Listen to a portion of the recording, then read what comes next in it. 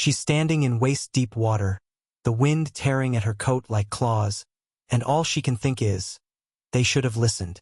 For 3 days, Helen Morris warned them. 3 days of knocking on doors, calling the police, begging anyone who'd meet her eyes. They laughed, called her paranoid, a lonely old woman with too much time and too many conspiracy theories.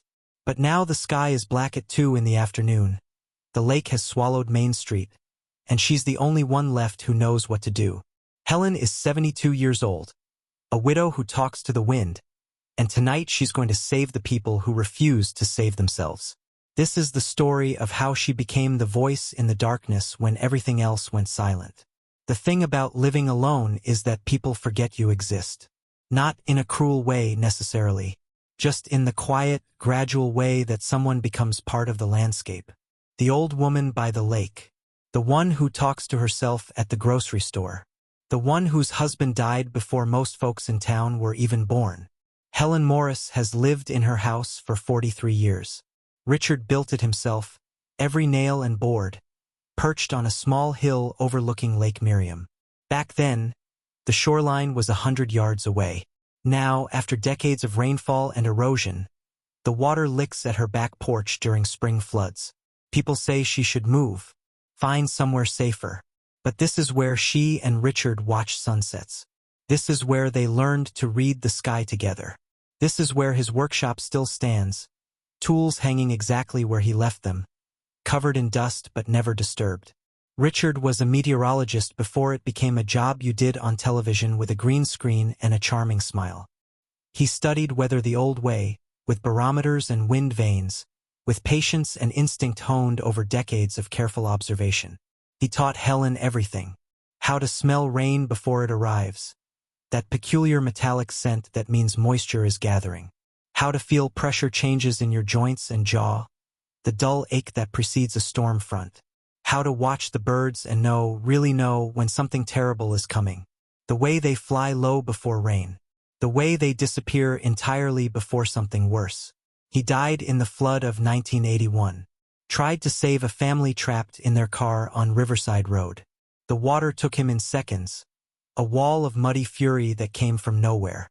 They found his body 3 miles downstream 2 days later, still wearing the life vest he'd given to the father he was trying to rescue. The family survived. Richard didn't. After that, Helen couldn't trust the official forecasts.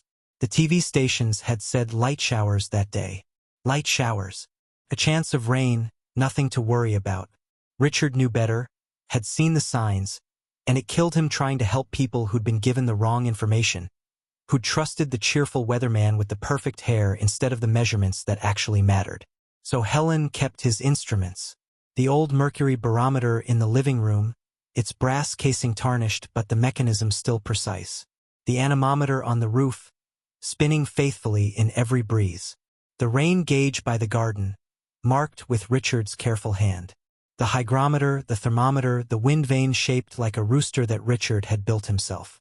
She checked them every morning and every night, recording measurements in leather-bound journals that now filled an entire bookshelf. 43 years of data. 43 years of watching and learning and remembering.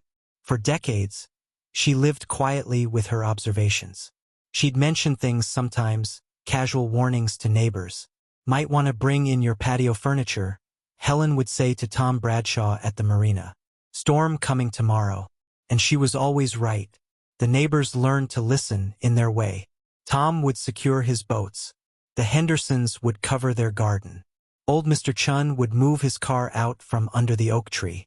But Helen never made a fuss about it. She wasn't trying to prove anything. She was just reading the language Richard had taught her, the grammar of clouds and wind that most people had forgotten how to speak. Then Mayor Patricia Henshaw was elected. Patricia was 42, ambitious, and determined to modernize the town of Miriam Falls.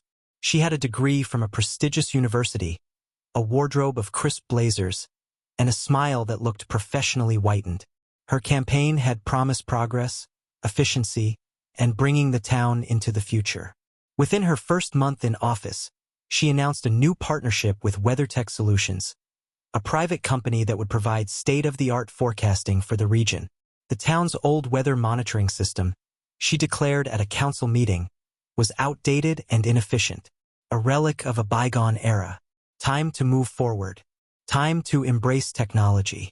Time to stop relying on equipment that belonged in a museum. Helen attended that meeting.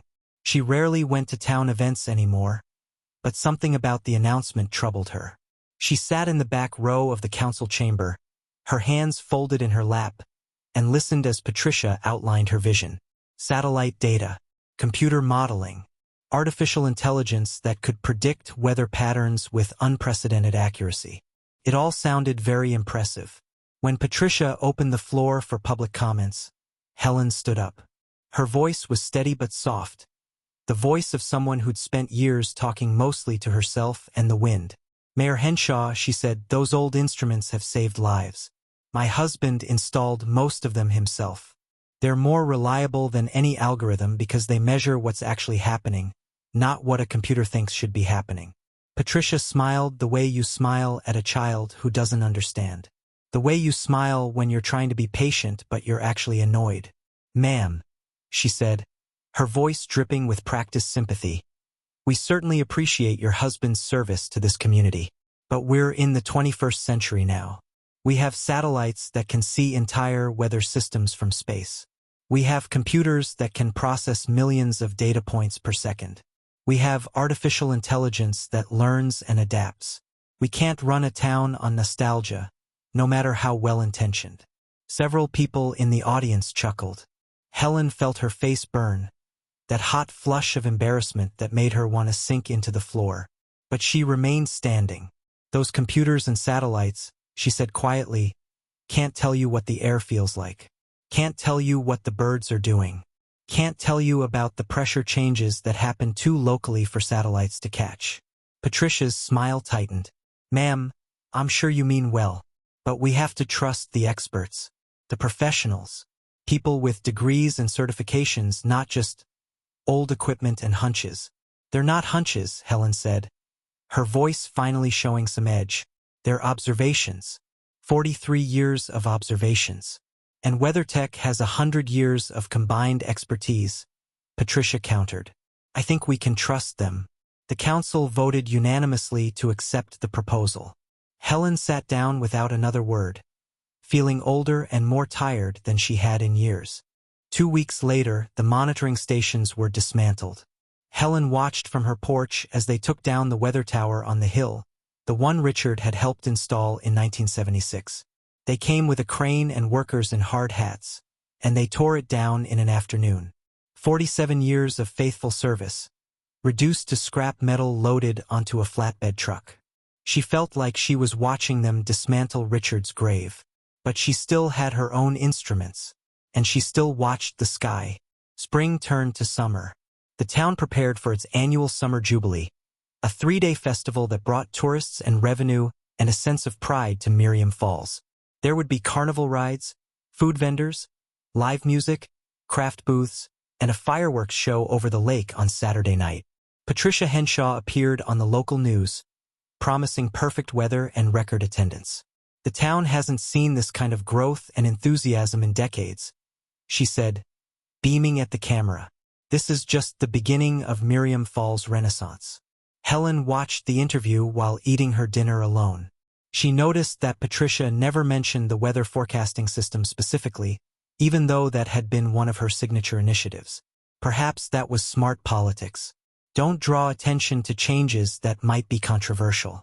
Helen checked her barometer on the morning of June 15th. The pressure was dropping. Not quickly, but steadily. Not alarmingly, but noticeably. She stepped outside and felt the air, thick and heavy despite the sunshine. The birds at her feeder were agitated, fighting over seeds with unusual aggression. The robins that usually sang in her oak tree were silent. She made a note in her journal and checked again in the afternoon.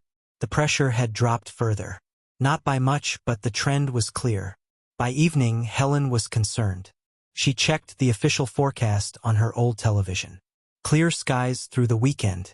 Perfect conditions for the festival. She looked at her barometer again. It disagreed. The next morning, June 16th, Helen woke to a strange quality of light. The sunrise was too red, the kind of red that sailors had warned about for centuries. Red sky at morning, sailor take warning. She checked her instruments immediately. The pressure had dropped another 3 millibars overnight.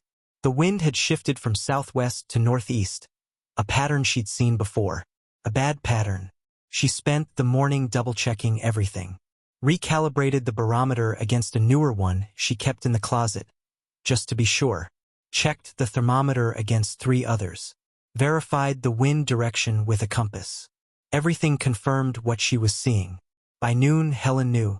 She'd seen this exact configuration twice in her life. Once in 1981, the day Richard died. Once in 1997, when the lake flooded 12 homes and destroyed the old bridge on County Road 14. A major storm was coming. Not tomorrow. Not next week. Soon. Maybe within 48 hours. And it was going to be bad. She called the police station at 1 in the afternoon. Her hands were shaking slightly as she dialed, which annoyed her. She was certain about what she'd observed. There was no reason to be nervous. Miriam Falls Police Department. How can I help you? This is Helen Morris. I need to speak with someone about the weather forecast. There was a pause, the kind of pause that said the dispatcher was trying to figure out if this was a prank call. Ma'am, if you have questions about the weather, you should check the news or your weather app. We don't provide forecast information. Helen's jaw tightened. I'm not asking for a forecast. I'm giving one. There's a severe storm system developing. It's going to hit within 2 days, possibly sooner. People need to be warned. The festival needs to be postponed. Another pause, longer this time. Ma'am, the official forecast shows clear skies through the weekend. The festival is going ahead as planned. We have no indication of any severe weather. The official forecast is wrong. The dispatcher's voice became firmer, taking on that professional tone that meant she was done with this conversation. Ma'am, I can't pass along unofficial weather reports. If you have an actual emergency, I can send an officer. Otherwise, I need to keep this line clear for real emergencies. This is a real emergency, Helen said. But she was talking to dead air. The dispatcher had hung up. Helen sat in her kitchen for a long moment, staring at the phone. Then she tried the mayor's office. Got an answering machine. Left a detailed message explaining her observations and her concerns. Tried the town council. Left another message.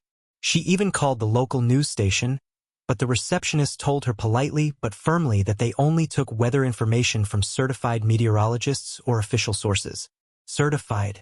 As if Richard's 40 years of experience meant nothing because he'd learned from books and observation instead of a university program.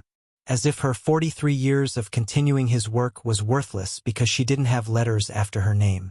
Helen drove into town that afternoon. She never liked driving anymore, her reflexes weren't what they used to be. But this was important. She parked her old sedan near the police station and walked inside, her joints aching in a way that confirmed what her instruments were telling her. Storm coming.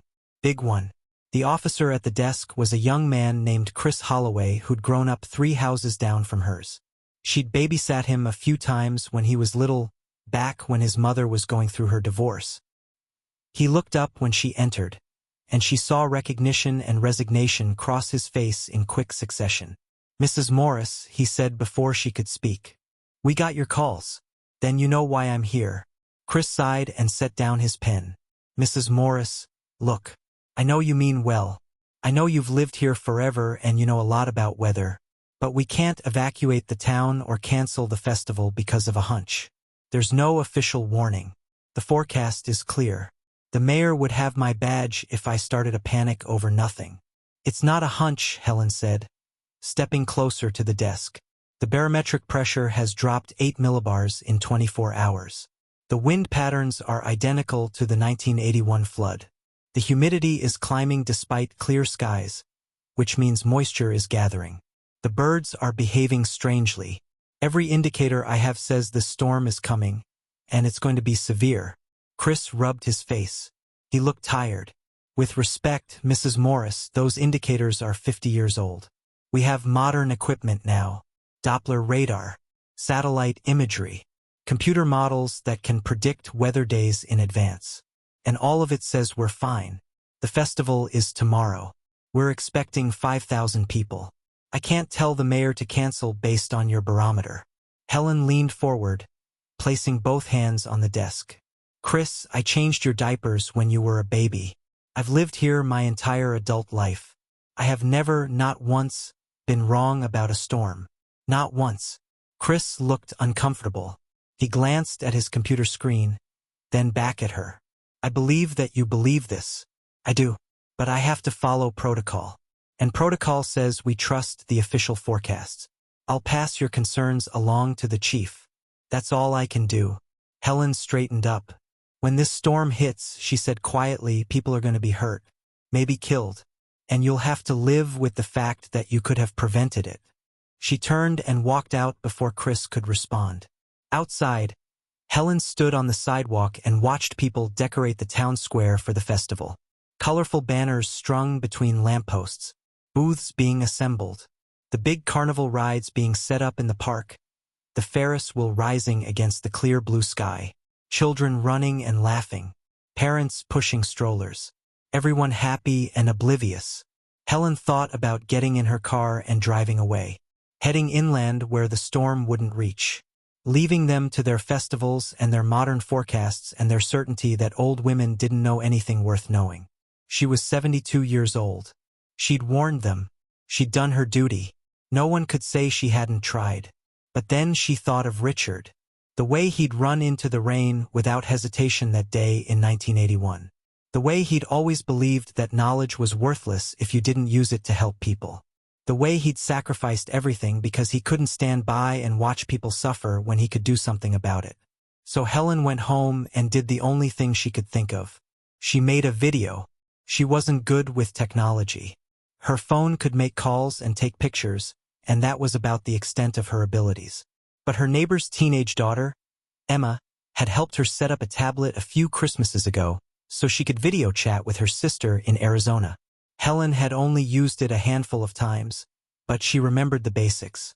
She positioned the tablet on the kitchen counter, propped up against the sugar canister, pressed the record button, smoothed down her hair, which probably didn't matter but felt important somehow.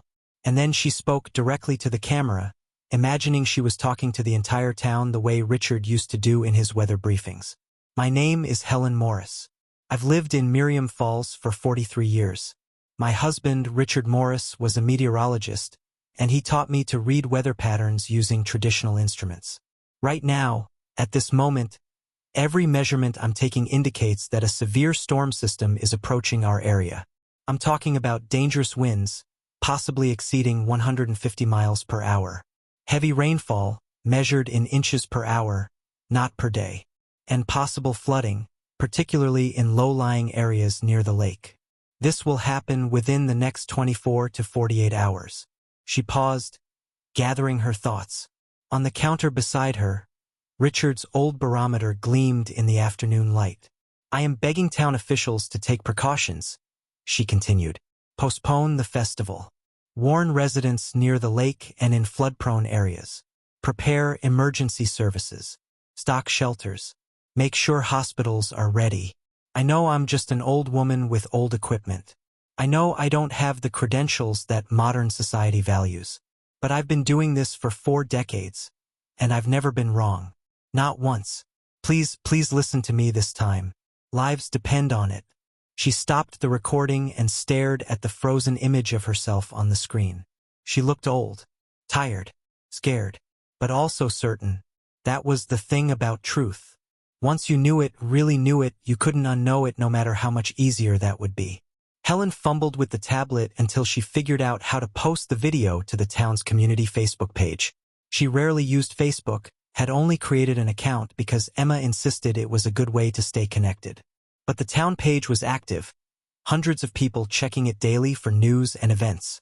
She posted the video with a simple caption, "Urgent weather warning. Please watch and share." Then she set down the tablet and went back to her instruments, recording the latest measurements in her journal. Outside, the sky was still clear. The pressure was still dropping. Within an hour, the comments started rolling in. This is so sad. Someone needs to check on her. My grandmother has dementia too. It's really hard to watch. Why are we letting crazy people post here? She's just scared of progress. Old people hate change. My grandpa still thinks the internet is dangerous. Does she not understand how weather forecasting works now? This isn't the 1800s. Helen read them all, each one a small knife. She told herself it didn't matter. She'd done what she needed to do. Whether they believed her or not was out of her control. But there were a few supportive comments too.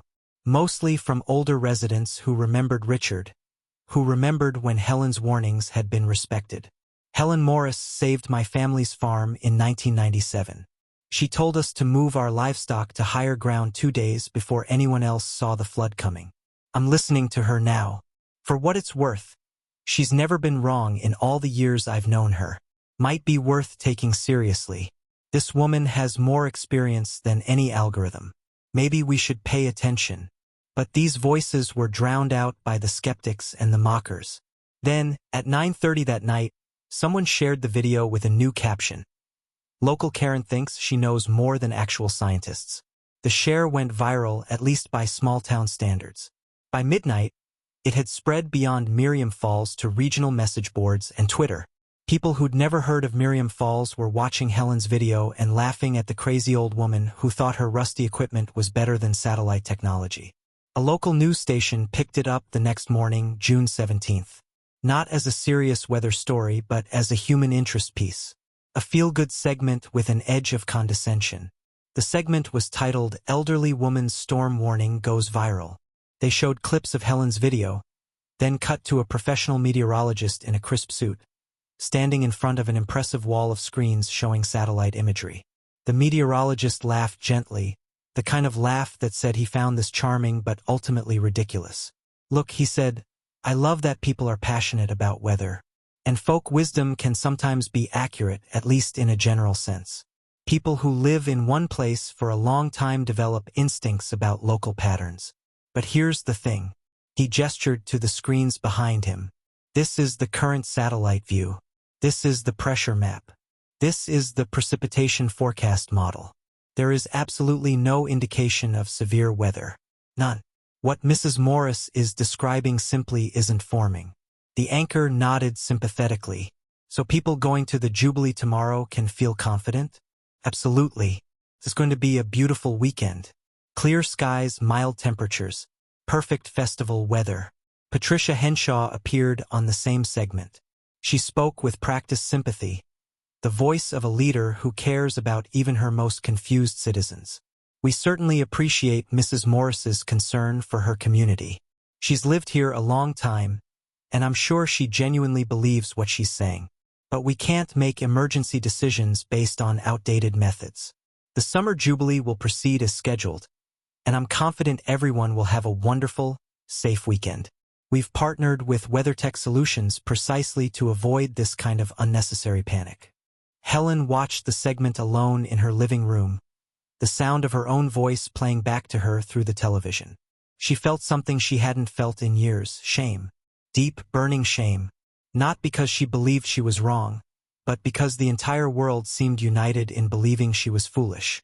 Because seeing yourself through others' eyes, seeing yourself dismissed and mocked, does something to you even when you know they're wrong. She turned off the television and sat in the dark. Thought about calling her sister in Arizona, but what would she say? That she'd humiliated herself on the internet?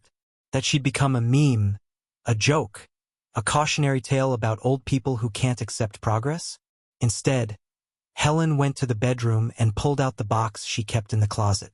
Richard's things, his old jacket, his weather journals, his certifications and awards, a photograph of him standing next to the weather tower, smiling, young, alive.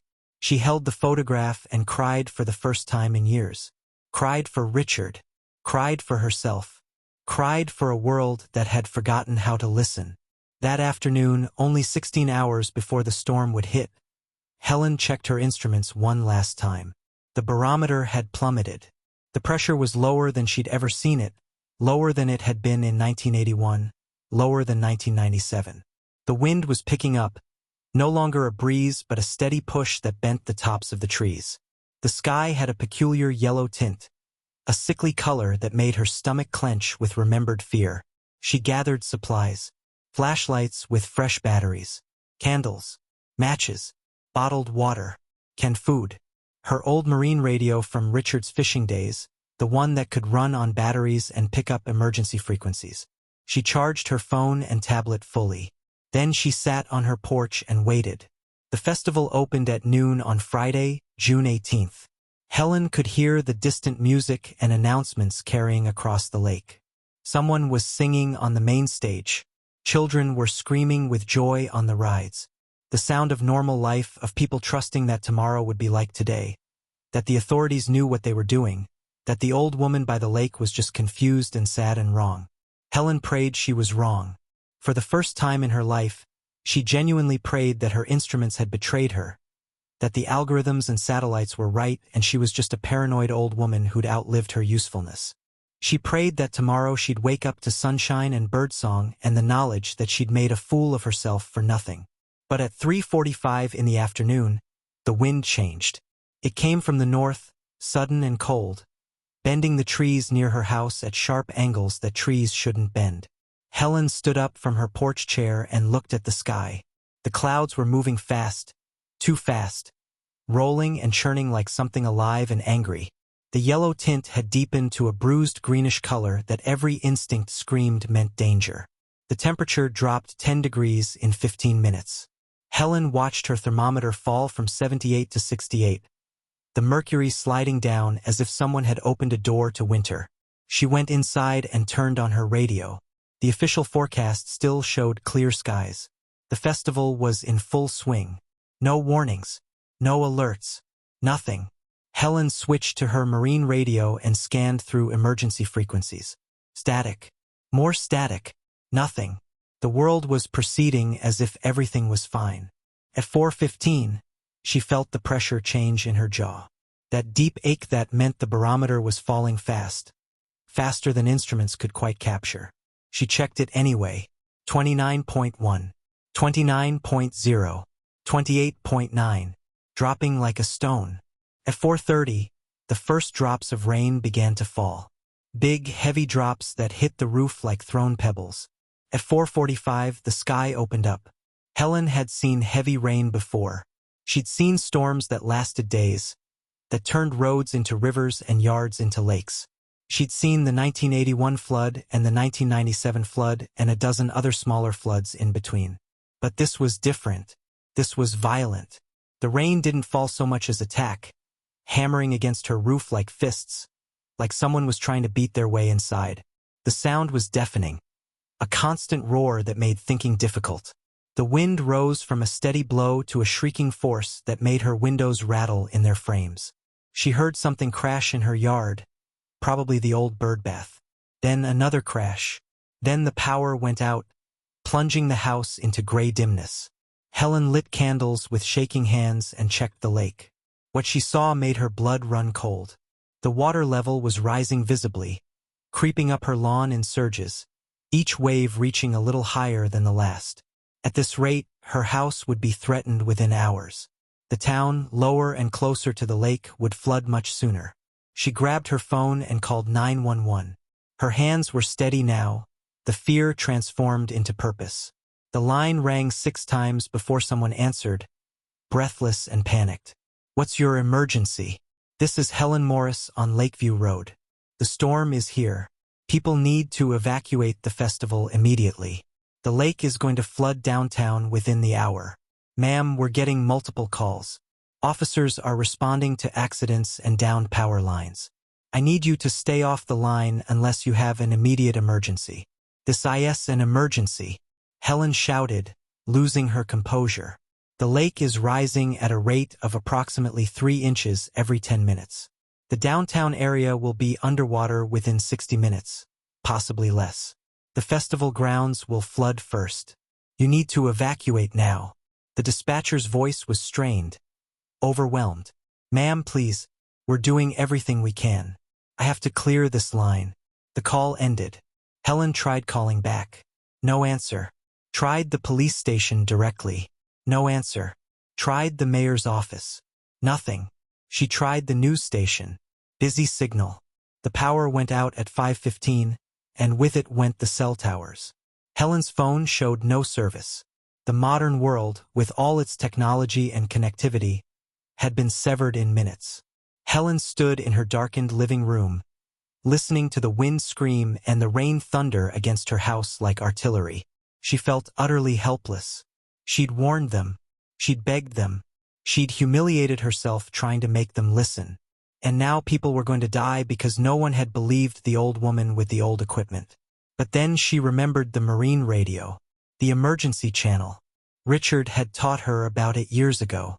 Channel 16, monitored by Coast Guard and emergency responders, but also monitored by anyone with a marine radio, which in a lakeside town meant fishermen, boaters, dock workers, marina operators, people who spent their lives on the water and understood its dangers. Helen picked up the handset with shaking hands. The radio ran on batteries. Bless Richard for that. She turned it on, adjusted to channel 16, pressed the button and spoke. "This is Helen Morris broadcasting on Emergency Channel 16. To anyone listening in Miriam Falls, the downtown area is flooding.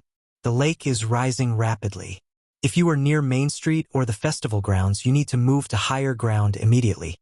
This is not a drill. The water is coming fast. Please respond if you can hear this message." She released the button and waited. Static filled the silence, punctuated by the howling wind outside. Then a crackle. "Helen, this is Tom Bradshaw from Bradshaw Marina. Are you serious?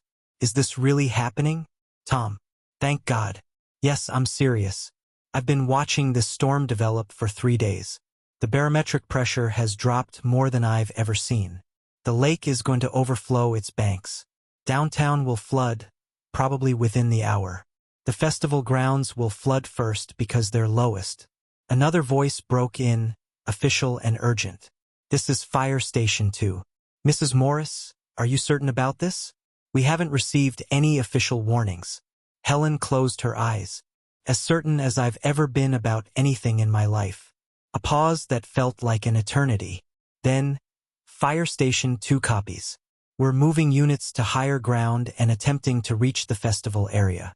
All personnel, be advised, we're treating this as a legitimate emergency. Mrs. Morris, stay on this channel." More voices joined the frequency. Residents with marine radios, calling in from their homes around the lake. "What's happening? Is this real? Should we evacuate?" Helen answered questions, provided her measurements, explained what she was seeing. The water level, the pressure readings, the wind speed, the rate of rainfall, and slowly, person by person, people began to believe her. Not because she had credentials or authority, but because she was speaking the language they understood. The language of direct observation. The language of someone who was watching disaster unfold in real time. But by then, it was almost too late. At the festival, the first sign of trouble came when the carousel stopped working. The power outage hit just as children were mid-ride, wooden horses frozen in eternal gallop. Parents had to lift them off the horses, and the children complained about not finishing their ride. People laughed at first, assuming it would come back on in minutes. Some parents took photos of their disappointed kids, funny memories for later. Then the rain intensified. What had been a light drizzle suddenly became a deluge. Not the gentle summer shower the forecast had promised, but a violent downpour that soaked everyone in seconds. The colorful tents collapsed under the weight of water. Vendors scrambled to protect their goods. Parents grabbed their children and ran for their cars. But Main Street was already flooding. The storm drains, designed for ordinary rainfall, overwhelmed within minutes. The streets filled with water that rushed and swirled with surprising force. Cars stalled as water reached their engines. People waded through what started as ankle-deep water but quickly rose to their knees, then their thighs. Panic set in.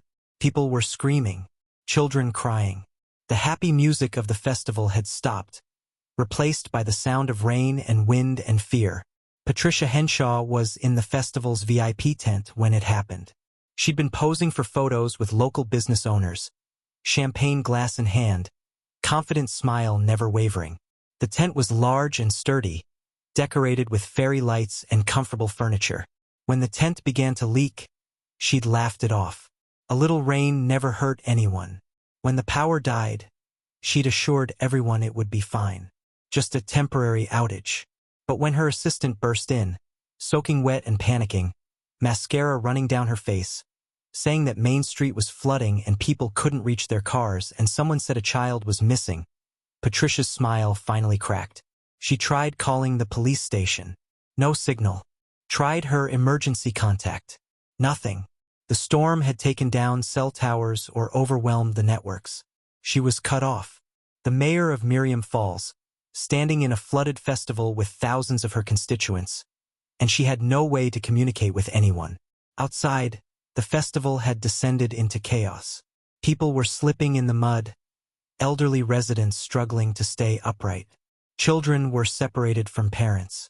The water kept rising, no longer just in the streets but spreading across the park itself.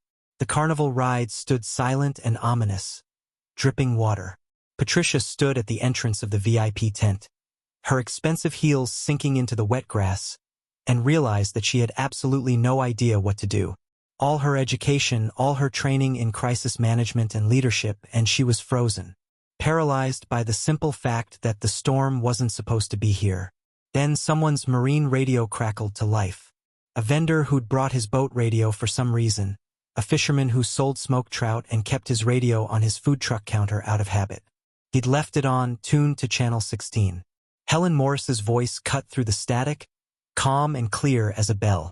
"This is Helen Morris on Emergency Channel 16. To everyone at the festival, do not attempt to drive through the water.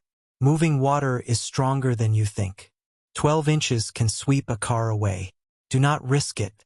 Move toward the community center on Hill Street. It's 8 blocks northeast and on higher ground. Walk quickly but carefully. Help elderly people and small children. Emergency services are on the way, but the roads are flooded. You need to move now while you still can." The vendor, a man named Pete Sullivan, turned up the volume. People gathered around his truck, listening. "Stay together," Helen continued, her voice carrying an authority that made people listen in a way Patricia's had never quite managed. "Don't panic. You have time, but you need to move. The water is still rising. Fire and rescue are trying to reach you, but you need to get to Hill Street on your own. Walk in groups. Watch for downed power lines. If you see water sparkling or crackling, stay far away. That means electricity. Move carefully, but move now." Pete looked at the crowd gathering around his truck. "All right," he said loudly. "You heard her. Community center. Let's go. Families with small kids, come to the front. Everyone else, help someone." And they moved, not in blind panic anymore, but with purpose.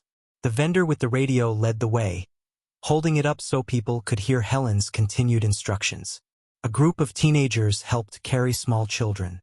Elderly residents leaned on younger neighbors. People who'd been screaming 5 minutes ago were now helping strangers through knee-deep water. Patricia watched them organize themselves, following the instructions of the woman she'd mocked on television 2 days ago. The woman she'd called outdated and irrelevant. The shame hit her like a physical blow. Her son. Where was her son? Patricia's 8-year-old, Marcus, had been playing near the carnival games when the rain started. She'd told him to stay close, but in the chaos, she'd lost sight of him. Now, as water rose and people evacuated, she couldn't find him. She started running through the crowd, screaming his name. "Marcus! Marcus!" Her voice was hoarse, panicked. People tried to help, asking what he looked like, which direction he'd gone. But no one had seen him. Helen stayed on the radio for the next 2 hours, broadcasting instructions, answering questions, coordinating with fire and rescue teams who were monitoring the channel. Her voice became the only constant in the chaos, the only source of reliable information when every other system had failed. When someone called in saying they were trapped in their basement as water poured in through the windows, Helen talked them through it. Get to the highest point, the attic if you can. Take something to break through the roof if the water keeps rising. Stay calm. Help is coming. What's your address? When a family reported their car was stalled in 3 feet of water on Riverside Road, Helen's heart clenched. Riverside Road. where Richard died. But her voice stayed steady. Leave the car immediately. Go through the windows if the doors won't open. The current is strong. Hold on to each other. Move perpendicular to the current toward higher ground. Can you see the street signs? Tell me where you are. When a panicked mother couldn't find her daughter, a 7-year-old girl in a pink dress, Helen coordinated with other people on the channel. Pete, you're near the old post office. Can you check inside? Tom, you're at the marina. Any kids there? And miraculously, someone found her. The girl had taken shelter in a closed storefront, scared but safe, and within 15 minutes she was reunited with her mother. But Marcus Henshaw remained missing. Patricia had made it to the community center with about 200 other people. She was soaked, her carefully styled hair plastered to her face, her blazer ruined. She'd been searching for 30 minutes, asking everyone she saw. A police officer had taken down the information. Brown hair, 8 years old, red jacket, last seen near the ring toss game. Someone gave her a towel. Someone else brought her coffee. She couldn't drink it, couldn't stop shaking. This was her fault. All of it. The storm, the chaos, her missing son. If she'd listened to Helen Morris, none of this would have happened. Helen's phone rang at 7:30. The cell service briefly restored in some areas. It was a number she didn't recognize. Hello? Mrs. Morris, this is Chief Anderson from the fire department. We're at the community center now. About 200 people made it here safely because of your instructions. You saved lives today. Helen felt tears prick her eyes for the first time since the storm started. Thank God. Is everyone accounted for? There was a pause. Not everyone. We're still looking for several people. But Mrs. Morris, we have a bigger problem. Mayor Henshaw and her son. They tried to drive home when the evacuation started. Her car stalled on Riverside Road. We got a call from her about 20 minutes ago.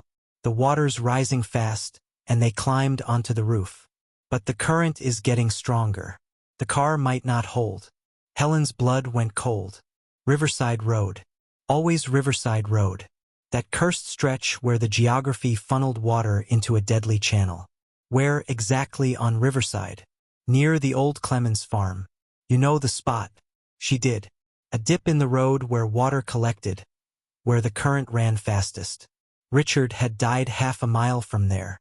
Our boats can't reach her, the chief continued. Too many downed power lines in the water. We'd be risking electrocution. We're trying to find a way around, but it's slow going. Mrs. Morris, I know this is asking a lot, but you know that area better than anyone, and your property is upriver. If someone could approach from that direction. He trailed off, not wanting to say what he was really asking. That someone should be her. That at 72 years old, with a body that ached in cold weather and hands that sometimes shook, she should take her dead husband's boat and navigate flooded streets in hurricane-force winds to save the woman who'd humiliated her. Helen understood what he wasn't saying. Someone expendable. Someone old enough that losing them wouldn't be a tragedy. Not really. Someone who'd already lived a full life. But Helen didn't think of it that way. She thought of Richard, running into the rain 42 years ago. She thought of all the years she'd spent watching the sky, learning its language, preparing for exactly this moment. She thought of Marcus Henshaw, 8 years old, clinging to his mother on a car roof in rising water. I have a boat, she said quietly. Richard's old aluminum fishing boat. It's in my shed. I can be ready in 20 minutes. Mrs. Morris, you don't have to do this. We'll find another way. There is no other way, Helen said firmly. Not in time. I'm going. She hung up before he could argue further. Helen went to her garage, her body moving with purpose despite the ache in her joints. Richard's boat had been sitting unused for years, covered with a tarp and surrounded by forgotten tools. But she'd maintained it out of habit, some part of her unable to let go of this last piece of him. She'd kept the motor serviced, the hull patched, the oars oiled. She dragged it out into the rain, the metal hull scraping against concrete. The wind nearly knocked her over, a violent gust that made her stumble. She was 72 years old. Her joints ached. Her eyesight wasn't what it used to be, and she was about to launch a boat into flooded streets during what might as well be a hurricane. She thought of Richard, his smile when he taught her to read the wind, his hand in hers during thunderstorms, the way he'd taught her to be brave not through words but through example, the way he'd never hesitated when someone needed help. If you can do something, you should do something. That's what he'd always said. Knowledge without action is just vanity. Helen loaded the boat with life jackets, 50 feet of rope, and her waterproof spotlight. She found Richard's old rain slicker in the closet. The yellow one that had hung there untouched for 42 years. It still smelled faintly of him, or maybe that was just her imagination. She put it on. It was far too big for her, the sleeves hanging past her hands, but it felt like an embrace. She pushed the boat down her driveway into the water that now covered her street. Her street. Water where there should be pavement. The world transformed into something unrecognizable. The current was stronger than she'd expected. The boat rocked violently as she climbed in, and for a moment she thought it would capsize. But she'd been in boats since she was a child, growing up on the lake, and her body remembered what her mind might have forgotten. She steadied herself, sat down, and started the small outboard motor. Coughed once, twice, then roared to life, and Helen felt a surge of gratitude for all those hours she'd spent maintaining it. She navigated by memory and instinct. The streetlights were out, and the rain was so heavy she could barely see 10 feet ahead. But she knew these roads the way you know the hallways of your own home. Every turn, every dip, every landmark. She'd driven them for 43 years. The water was deep, far deeper than she'd expected. For feet, 5 feet, in some places 6 feet or more. She passed submerged cars, their roofs barely visible. Floating debris everywhere. Lawn furniture, garbage cans, pieces of fences. A child's bicycle spinning slowly in the current. And then she saw the dog, a golden retriever, paddling desperately, exhausted. Its head kept dipping under the water. Without thinking, Helen maneuvered the boat closer and reached out. The dog was heavy, waterlogged, but adrenaline gave her strength she didn't know she still had.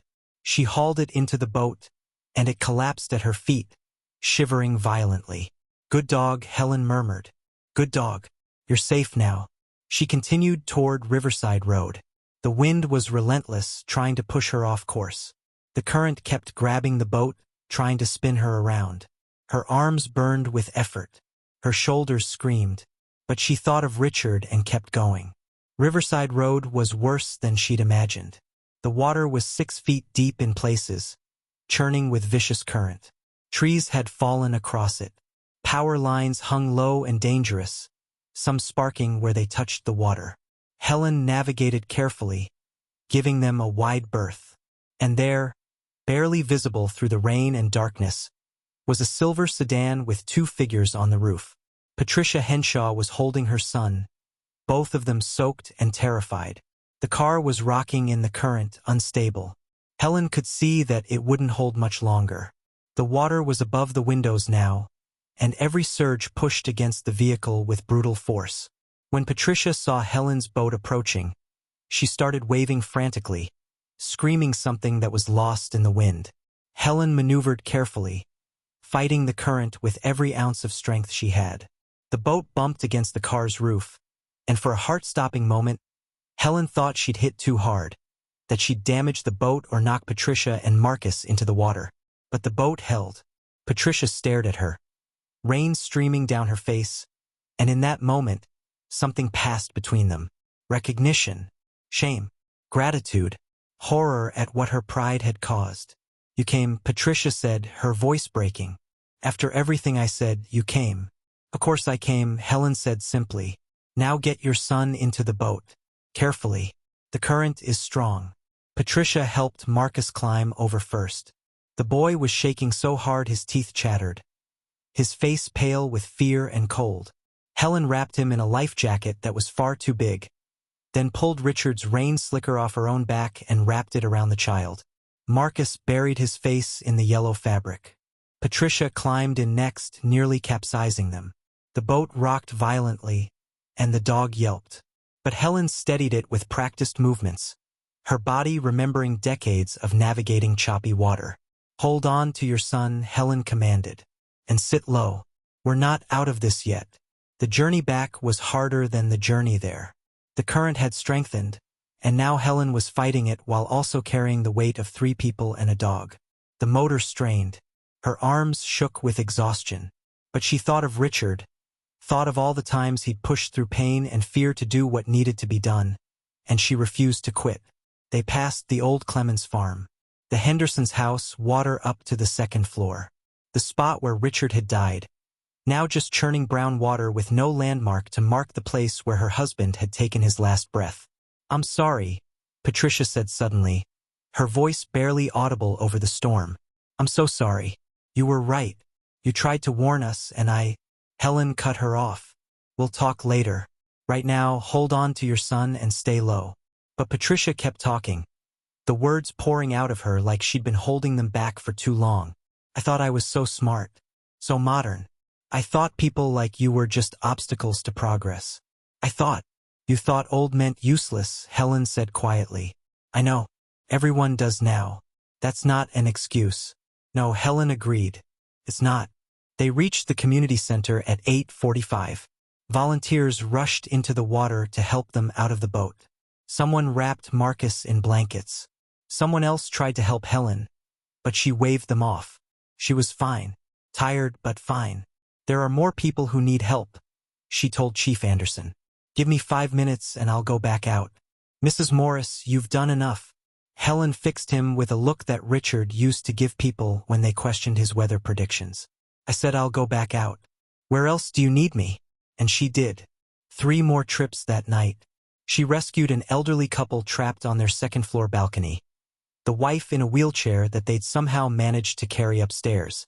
Brought supplies to a family sheltering in their attic with 4 children under the age of 10. Ferried a pregnant woman to the community center. The woman's contractions 5 minutes apart. Her husband holding her hand and praying. Each trip was harder than the last. Helen's arms felt like lead. Her back spasmed. Her hands cramped on the motor's handle.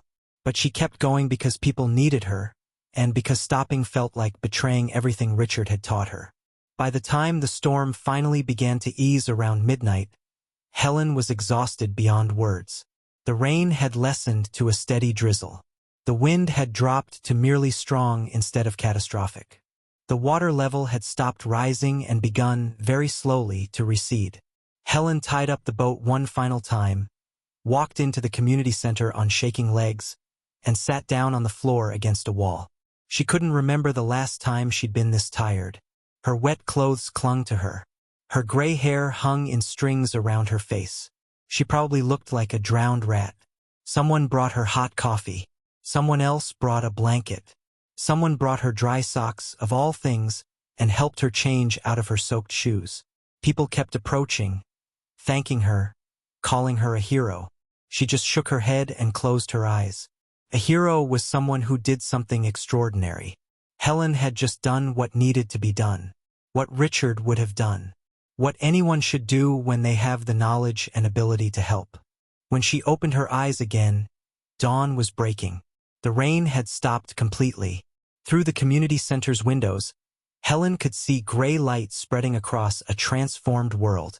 Water still covered the streets, but it was calmer now, no longer the churning monster of the night before. Patricia Henshaw was sitting next to her, Marcus asleep with his head on her lap. The boy's face was peaceful now. The terror of the night faded into exhausted sleep. "My husband," Helen said quietly, not looking at Patricia, "died on Riverside Road. 1981 flood. He was trying to save a family who'd been told the weather was safe. The forecast said light rain. Richard knew better. He always knew better. But the family didn't know, so they drove into water they shouldn't have driven into. Richard died pulling them out." Patricia's face crumpled.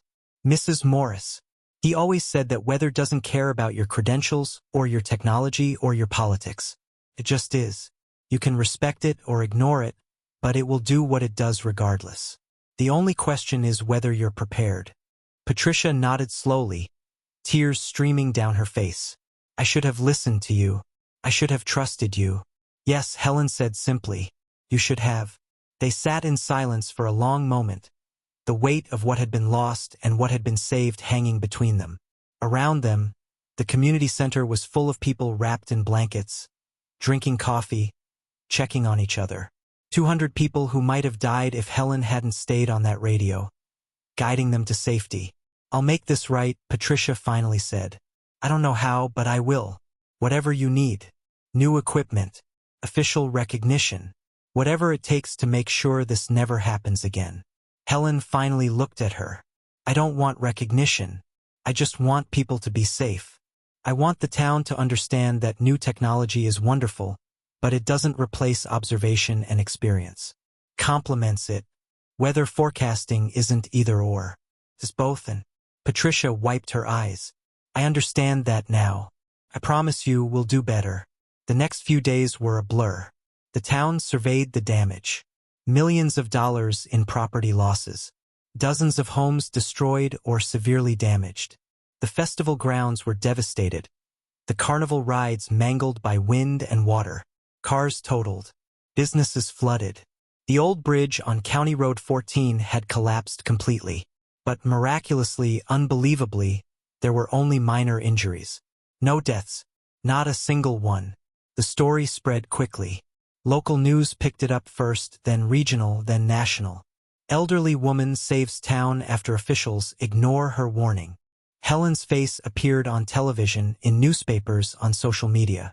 The same platforms that had mocked her days earlier now called her a hero, a miracle, a guardian angel. Journalists came to her door.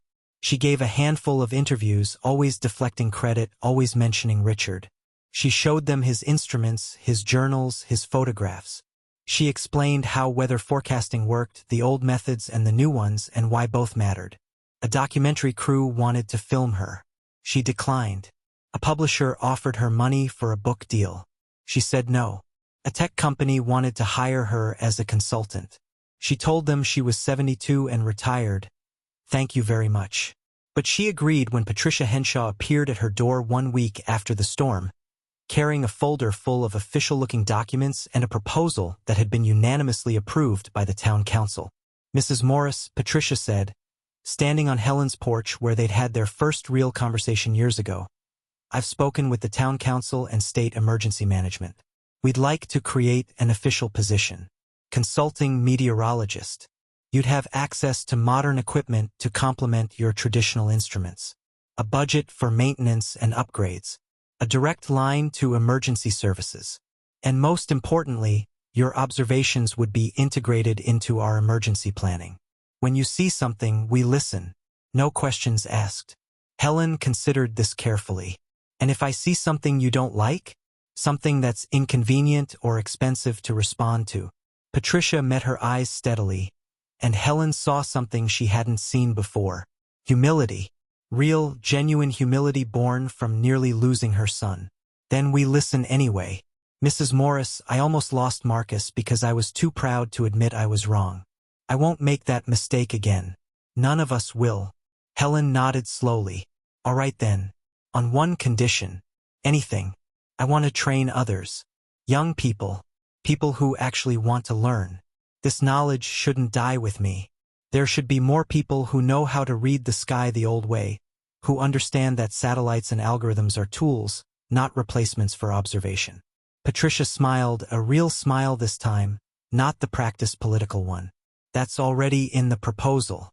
We'll fund a training program.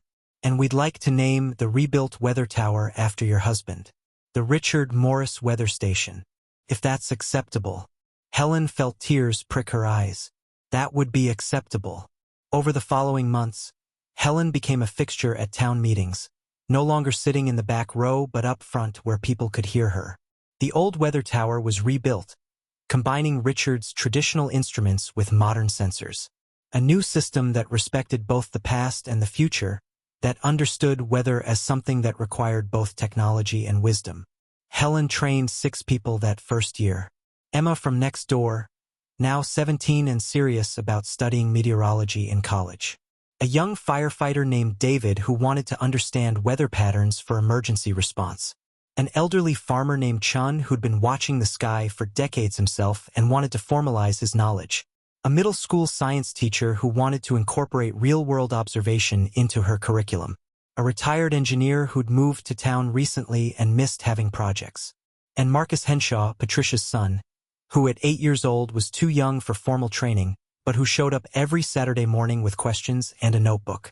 Helen taught them everything Richard had taught her: how to read pressure changes, how to interpret cloud formations, how to feel the air and know what it was telling you, how to trust your instruments even when everyone else was telling you they were wrong, how to be brave enough to speak up when you saw danger coming, even if people mocked you for it. She never sought the spotlight after that initial wave of attention. When reporters called, she usually declined. She had work to do, she'd say, weather to watch, students to teach, a garden to tend. But sometimes, on quiet evenings, she'd sit on her porch and watch the sky. The lake had returned to its normal level. The town had rebuilt stronger than before. The new weather tower stood on the hill, its instruments gleaming in the sunset. Life had returned to a new kind of normal, one that balanced progress with wisdom, technology with tradition. And Helen would remember Richard, the way he'd looked at the clouds like they were old friends telling him secrets, the way he'd taught her that paying attention was an act of love, the way he'd shown her that courage wasn't the absence of fear but the decision to act despite it. One evening, nearly a year after the storm, Emma came over to check the instruments with her. The girl was 17 now, about to graduate high school. She'd been accepted to 3 universities with meteorology programs and was trying to decide between them. "Mrs. Morris," Emma asked as they recorded measurements in Helen's journal, "why do you think people didn't believe you? I mean, you'd been right so many times before." Helen was quiet for a long moment, watching the wind move through the trees.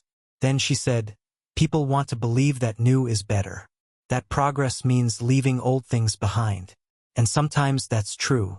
Technology has given us capabilities Richard never dreamed of. We can see weather systems from space now. We can model storms days in advance. That's wonderful. But sometimes people confuse new with infallible. They forget that technology is only as good as the people using it, and that wisdom comes from experience, not just data." Emma nodded thoughtfully, making a note in her own journal. "I'm glad you didn't give up, even when everyone was mocking you." Helen smiled. "Richard wouldn't have let me. He used to say that the weather doesn't care if you're embarrassed. It doesn't care if people think you're foolish. It just is what it is. And if you know something that can save lives, you have a responsibility to speak up, regardless of the cost." "That's kind of terrifying," Emma said quietly. "Yes," Helen agreed. "It is. But it's also what makes us human. The ability to see danger coming and warn others, even when they don't want to hear it, even when it costs us something." They finished their measurements in comfortable silence. The barometer was steady. The wind was calm. The sky was clear. Just an ordinary evening in late spring, the kind Richard had loved. That night, Helen stayed up late in her living room, reviewing weather patterns and updating her journals. She pulled out one of Richard's old notebooks, filled with decades of observations in his careful handwriting. She ran her fingers over the pages, remembering the man who'd written them, the man who'd taught her to be brave, the man who'd died doing what he believed was right. She added her own entry for the day, continuing the record they'd started together so many years ago, the unbroken chain of observation that stretched back more than 60 years now. A legacy not of fame or recognition, but of patient attention to the world around them. Outside, the wind picked up slightly, just a breeze, nothing concerning. But Helen paused and listened anyway, the way Richard had taught her. Always paying attention, always watching, always ready, because the sky was always talking.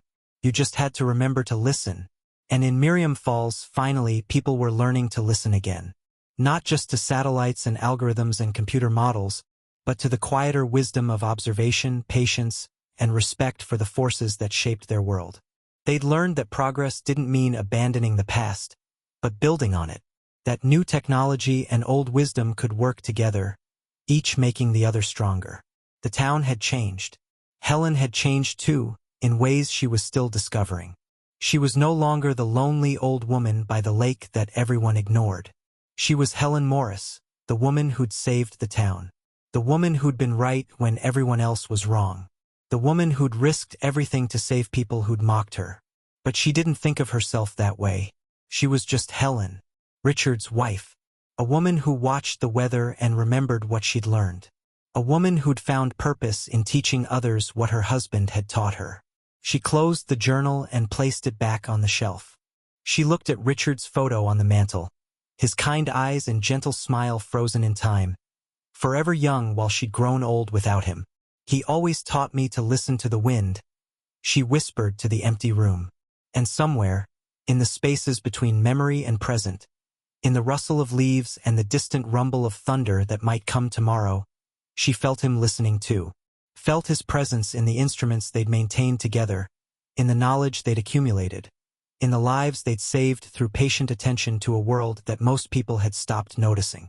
Helen turned off the lights and went to bed. Tomorrow she'd wake early, as always. Check the instruments. Record the measurements. Watch the sky. Teach anyone who wanted to learn. Continue the work that Richard had started and she had inherited. Because the weather would always be there, changing and constant, dangerous and beautiful. And as long as Helen Morris lived in her house by the lake, someone would be watching it. Someone would be listening. Someone would be ready to sound the alarm when others refused to see what was coming. The town had learned its lesson the hard way, but they'd learned it, and Helen would make sure they never forgot. Outside, in the darkness, the wind whispered through the trees. Just an ordinary wind on an ordinary night. But Helen heard it anyway, the way she always did. The way Richard had taught her to hear everything the world was trying to say. And she was listening, always listening, because that's what love looks like sometimes. Not grand gestures or dramatic rescues, though those had their place. But the quiet, patient work of paying attention. Of watching and learning and being ready when the storm comes. And the storm always comes eventually. That's the one thing Helen knew for certain. The storm always comes. The only question is whether you're ready to face it.